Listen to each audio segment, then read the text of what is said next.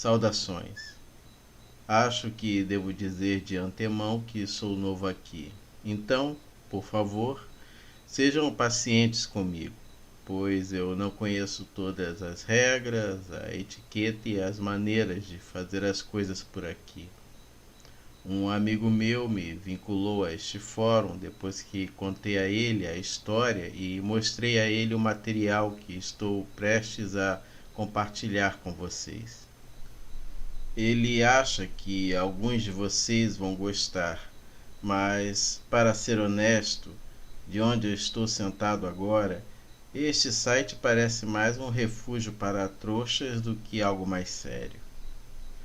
Mas o que quer que seja, eu estou motivado a compartilhar esse material e preciso fazê-lo anonimamente, por razões que ficarão bem claras.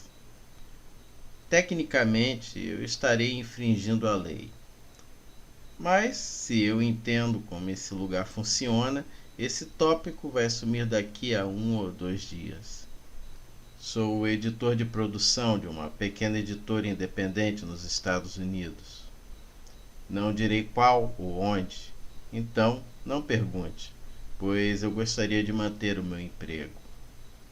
O salário não é tão bom, mas é um trabalho fácil. Eu gosto das pessoas com quem trabalho. Muito do que nós publicamos são o que você chamaria de livros de mesa. O tipo de livro que as pessoas folheiam quando estão entediadas, mas quase ninguém lê de capa a capa. As histórias pictóricas sem graça de algumas cidades ou estados que vendem bem em lojas de presentes regionais, um livro ocasional de mapas ou uma biografia. Alguns museus terceirizam seus catálogos de galerias para nós. Esse tipo de coisa. O trabalho é chato, mas é estável e temos bastante o que fazer. E nossos livros ganham dinheiro o suficiente para se manterem nas prateleiras, o que é muito mais do que a maioria das pequenas editoras pode dizer hoje em dia. Como estamos por aí há pouco tempo, nosso nome é pouco conhecido pelos aficionados por história e pessoas que pensam que são especialistas em tal cidade de lugar nenhum, ou algum tópico esotérico do qual ninguém realmente se importa. Recebemos muitos manuscritos não solicitados de pessoas que realmente não deveriam estar escrevendo livros, e CDs cheios de fotografias de pessoas que não deveriam estar tirando fotos. Como somos pequenos e não temos um cargo de editor de aquisições em separado, o trabalho de passar por essa pilha de lama é passado para o escritório. Muito raramente alguém encontrará algo no qual realmente vale a pena se investir e a apresentará para o resto de nós, mas é o nosso editor sênior quem sempre possui a palavra final. Nos últimos 9 meses, eu tenho trabalhado mais ou menos sem parar em um livro que deixou todo mundo no escritório muito animado. Nosso editor de texto encontrou durante o seu turno de trabalho no meio de uma pilha. Um velho, o qual não vou citar o nome aqui, entrou em contato conosco e nos ofereceu a chance de publicar a sua rara coleção de fotos de arquivo, desde que nós tratássemos o assunto com o respeito e a seriedade que ele achava que esse trabalho merecia. Usando o termo que ele utilizou e que seria também o título do livro, as fotos eram todas anomalias. Ou seja, elas retratavam algo fora do comum ou inexplicável, algo que geralmente possuía uma história igualmente interessante que a acompanhava. A maioria das fotos eram da primeira metade do século XX. Como eu expliquei antes, dá para perceber que isso não é o tipo de coisa que normalmente publicamos. Mas as poucas amostras que o sujeito enviou junto com a sua carta de apresentação foram bastante atraentes. E assim que vimos o resto delas e ouvimos algumas das histórias, percebemos que nenhuma dessas fotos era amplamente conhecida. Sabíamos que tínhamos algo que chamaria a atenção das pessoas. O formato seria simples e elegante, com muito espaço em branco para as fotos se destacarem, e cada foto apareceria como uma impressão de alta qualidade na página direita, seguida por uma página esquerda em branco e, em seguida, alguns parágrafos para legendar cada foto na página direita seguinte. Como eu expliquei antes, dá para perceber que isso não é o tipo de coisa que normalmente publicamos, mas as poucas amostras que o sujeito enviou junto com a sua carta de apresentação foram bastante atraentes. E assim que vimos o resto delas e ouvimos algumas das histórias, percebemos que nenhuma dessas fotos era amplamente conhecida. Sabíamos que tínhamos algo que chamaria a atenção das pessoas. O formato seria simples e elegante, com muito espaço em branco para as fotos se destacarem, e cada foto apareceria como uma impressão de alta qualidade na página direita, seguida por uma página esquerda em branco e, em seguida, alguns parágrafos para legendar cada foto na página direita seguinte. Desde o início foi um pesadelo de se trabalhar com o sujeito, e o trabalho levou uma eternidade, porque ele se recusou a enviar mais de um documento por vez. Ele me mandava a carta registrada, eu pegava, escaneava e mandava de volta registrada, e só então ele mandava a próxima. Ele parecia pensar que tinha uma coleção extremamente valiosa e estava paranoico em perdê-la. Então ele arriscou apenas um item de cada vez. No final, gastamos tanto dinheiro em despesas de correspondência que teria sido mais barato eu ir de avião para onde o velho morava com um scanner e um laptop. Estávamos aproximadamente a um terço do processo de produção quando esse desgraçado puxou o nosso tapete.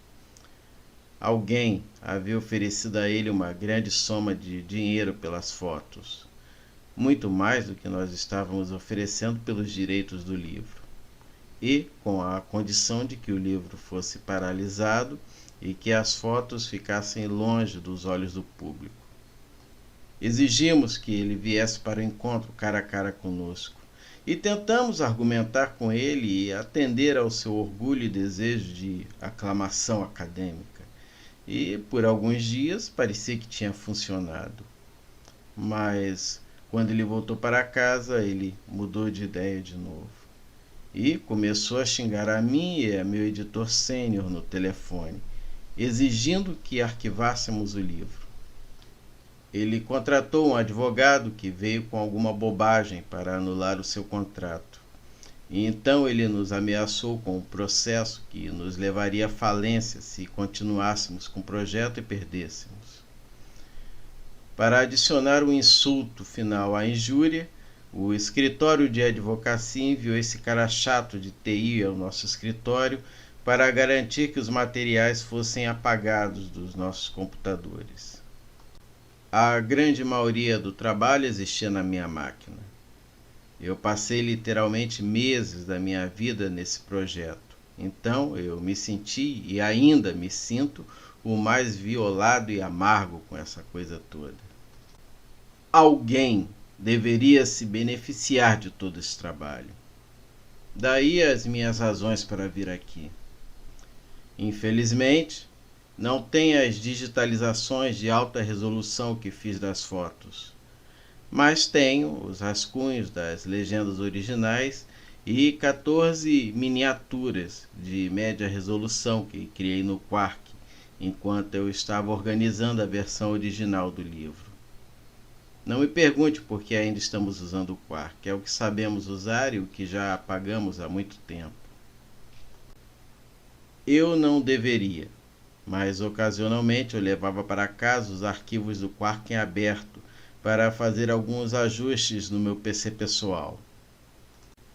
O arquivo completo, com as imagens em alta resolução incorporadas, ficaria muito grande para ser levado para casa comigo. E na maioria das vezes eu estava apenas experimentando fontes e opções de layout. De qualquer maneira, eu não incorporaria as imagens em alta resolução até que o arquivo fosse finalizado. Então, depois que toda essa merda aconteceu, eu descobri que tinha um arquivo de trabalho na minha máquina lá de casa, com tudo o que eu tinha feito até aquele momento. Então eu salvei tudo em PDF e retirei o texto e imagens desse arquivo. E vocês serão os beneficiários disso. Só para ficar claro, eu não reivindico nada com relação à veracidade e procedência dessas fotos. Eu não estou aqui para convencê-los de que elas são reais. Eu estou apenas colocando à disposição do público, porque eu acredito que esse material mereça ser visto e não escondido dentro da coleção particular de algum ricaço imbecil. O incêndio de Collingwood. Esta é a última foto conhecida tirada dentro da escola Lakeview, em Collingwood, Ohio, antes de ser consumida pelo fogo em 4 de março de 1908, matando 172 alunos, 2 professores e um socorrista. O fogo começou quando uma viga no teto se incendiou a partir de um tubo de vapor próximo. As chamas bloquearam as rotas de fuga, levando ao pânico e a uma debandada que isolou um grande número de vítimas em uma escada, onde foram cozidas vivas. Outras mortes ocorreram quando estudantes em chamas pularam das janelas do 2º e 3º andar. Todos nessa foto morreram, exceto o Sr. Olson, sentado na extrema direita na última fila. O efeito espectral na foto permaneceu inexplicável. A última entrevista de Charlie Noonan. Charlie Noonan era um folclorista amador que viajava pelo sul e sudoeste dos Estados Unidos durante os primeiros anos do século XX, coletando grandes contos e histórias sobrenaturais. De acordo com sua esposa, Ellie, Charlie ouviu um dia uma história de um fazendeiro de Oklahoma sobre uma mulher estranha que morava sozinha em uma propriedade isolada no Panhandle. O fazendeiro alegou que a mulher não era exatamente uma mulher, mas algo a mais. Algo que escondia sua verdadeira natureza debaixo de um lenço na cabeça, e nunca era vista sem um cachorro grande ao seu lado. Noonan aparentemente ficou intrigado o suficiente para tentar procurar a tal mulher durante uma das suas viagens de pesquisa. Ele nunca mais foi visto. Ellie Noonan foi posteriormente contactada por um penhorista de Tulsa, que se lembrava de ter lido sobre o desaparecimento de seu marido nos jornais, depois de encontrar o seu nome gravado em uma câmera vendida a ele por um vendedor ambulante. O penhorista devolveu a câmera e a senhora Noonan mandou revelar o filme dentro na esperança de encontrar uma pista do paradeiro de seu esposo. Esta foi a única foto no rolo. Infelizmente, nem a localização da propriedade, nem o nome do fazendeiro que lhe contou a história foram registrados nas anotações de Noonan. A morte de John Ousted.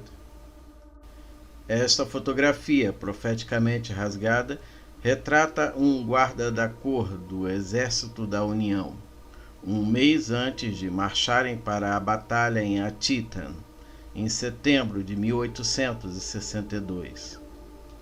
O cavalheiro da extrema-direita, chamado John Ousted, teve o lado direito do rosto e o braço direito arrancados por um tiro de canhão no início dessas hostilidades. Não se sabe exatamente quando ocorreu o dano à foto. O Homem do Machado, de New Orleans. Edouard Martel foi um fotógrafo e inventor francês mal-sucedido que viajou pelos Estados Unidos durante as 2 primeiras décadas do século XX. tentando angariar interesse e investidores para um dispositivo que adicionou recursos de temporizador e exposição automática à popular linha de câmeras Braille da Kodak. Durante suas viagens, ele tirou milhares de fotos automatizadas para testar e refinar a sua invenção. Muitas vezes ele acordava cedo, montava uma câmera escondida em um local discreto nas ruas de qualquer cidade em que estivesse e depois ia até algum café ou bar próximo. Ele apreciava capturar cenas da vida cotidiana para poder relembrar em suas viagens. As melhores fotos foram selecionadas para a única exposição de Martel em uma galeria de Paris em 1924.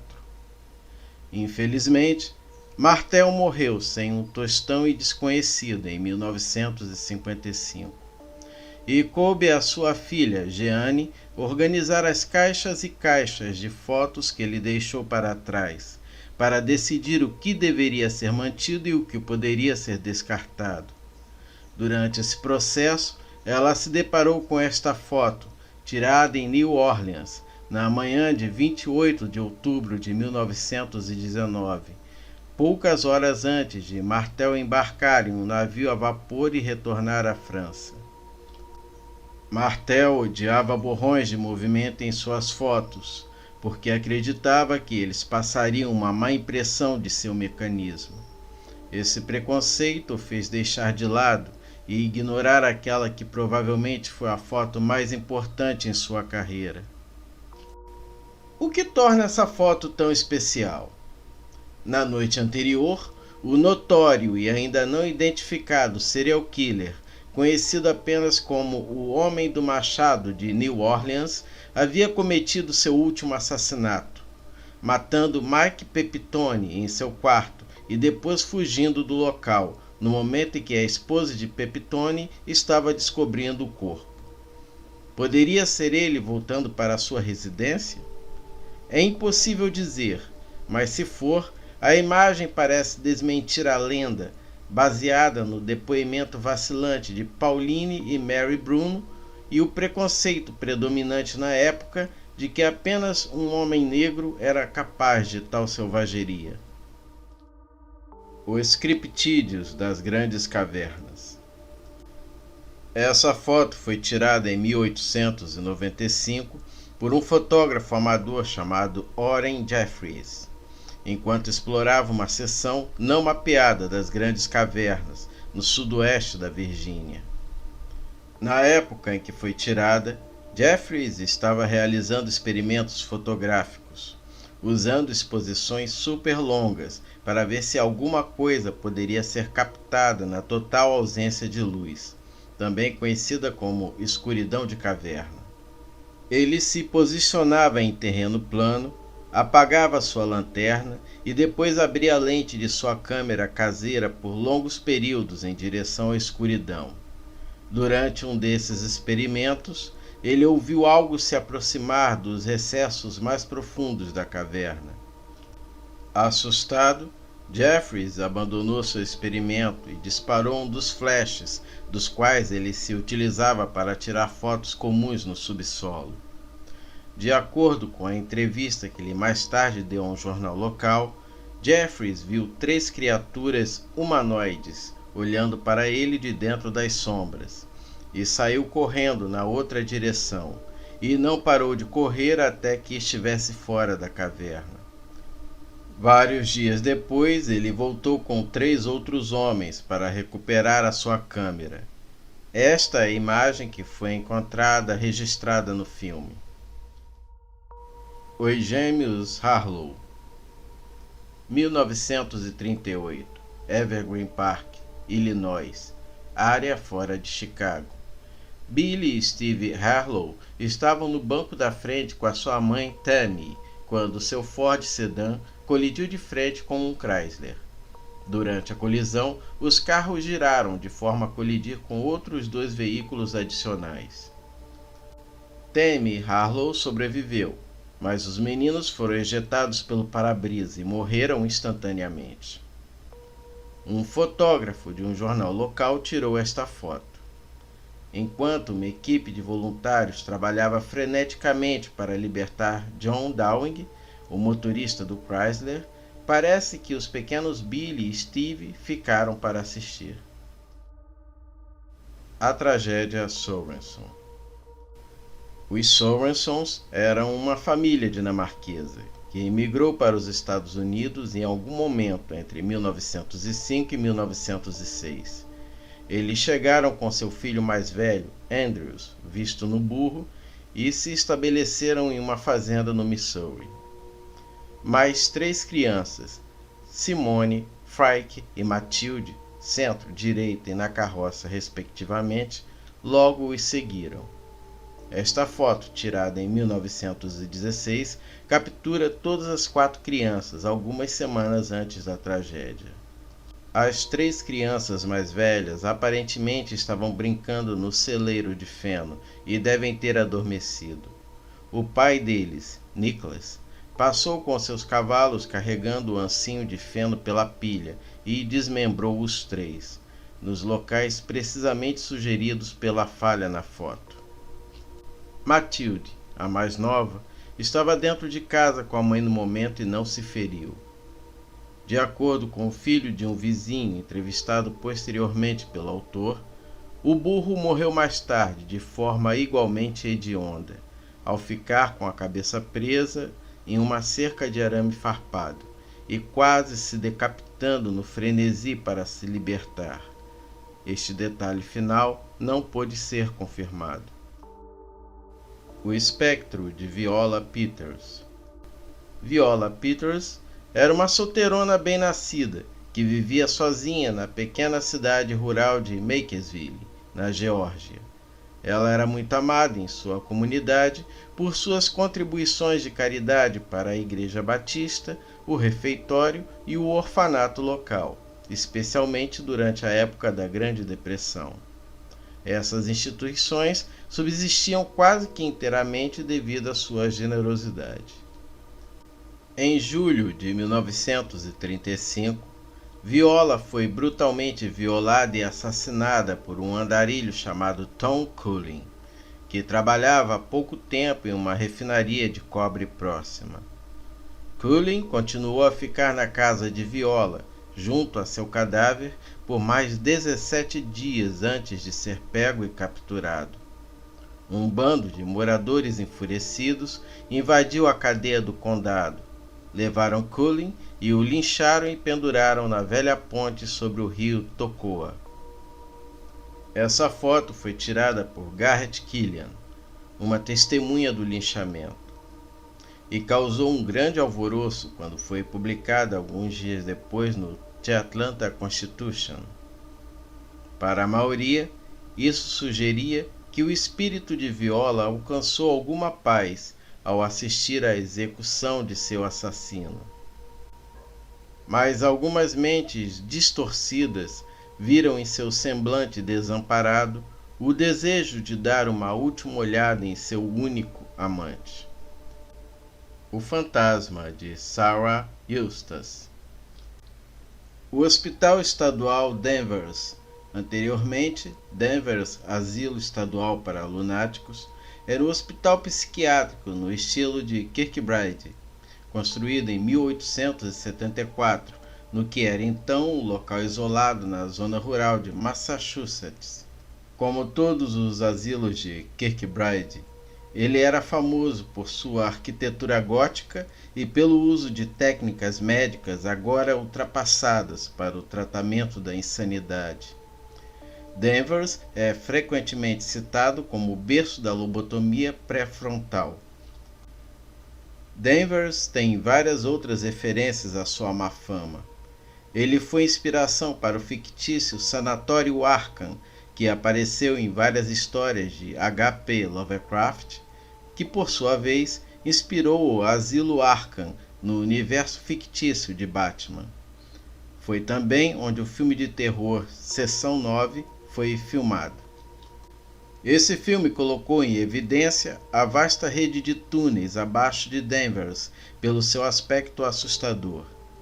Não é por acaso que os cineastas escolheram usar os túneis, pois os rumores de suas assombrações perseguiram Danvers por mais de 100 anos. A história mais famosa diz respeito a Sarah Eustace, uma paciente que escapou de sua enfermaria em 1955 e se infiltrou no sistema de túneis. Apesar de várias buscas e um bloqueio de uma semana no asilo, Sarah nunca mais foi vista. Supõe-se que ela morreu lá embaixo, perdida, com sede e sozinha. Uma enfermeira de Danvers, chamada Gay Mallory, ficou obcecada com a história de Sarah e passou muitas de suas horas de folga procurando nos túneis pelos seus restos mortais. Embora ela nunca tenha encontrado um corpo, ela tirou essa foto no final de 1966, o que sugere que Sarah Eustace continua a caminhar pelos túneis de Danvers até hoje. O retrato da família Stevenson. Quem disse que fantasmas não têm senso de humor? Os Stevensons eram uma família rica de Boston, orgulhosa da indústria e da longevidade com a qual a maioria do seu clã foi abençoada. Este retrato, feito em 1945, foi um esforço para reunir os Stevensons mais velhos, juntamente com um dos seus mais jovens representantes. Emilie, ao centro, com seus 102 anos, recebeu a honra de posar como a matriarca, enquanto a pequena Ofélia foi a simbólica jovem representante com seus 18 meses. O que os Stevensons não perceberam até que esta foto foi revelada foi que a eles juntou-se um de seus falecidos parentes, James Pullman Stevenson, 1835-1932, sentado à esquerda entre a sua sobrinha Jimmy e seu primo Alfred. Ele foi facilmente identificado por vários dos presentes e lembrado com carinho como um tio patife conhecido por suas travessuras e piadas obscenas. Os desaparecimentos da Sra. Iurno. Durante seus últimos anos, Josephine Iurno dava um passeio todas as noites ao entardecer em torno de seu amado bar em Norwich, em Connecticut. Em 12 de novembro de 1935, ela partiu como de costume e nunca mais voltou. Extensas buscas foram realizadas por uma grande equipe de voluntários e pela força policial de Norwich, mas nenhum sinal dela foi encontrado.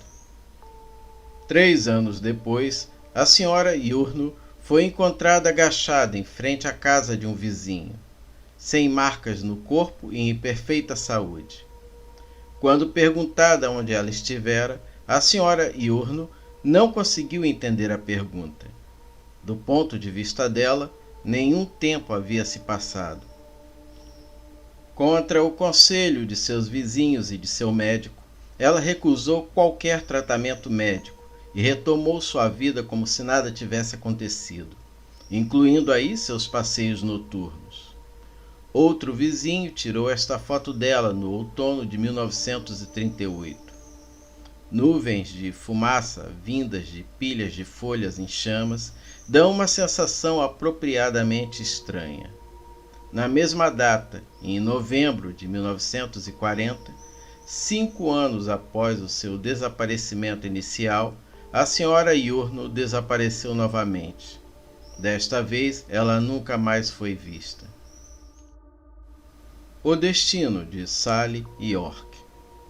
Em 1912, a debulha fatal da pequena Sally York, de 9 anos, no tear de algodão da Norfolk Textile Mill, foi um de um montante de acidentes que ajudaram os legisladores a aprovarem a Lei do Trabalho Infantil Keating-Owell, de 1916.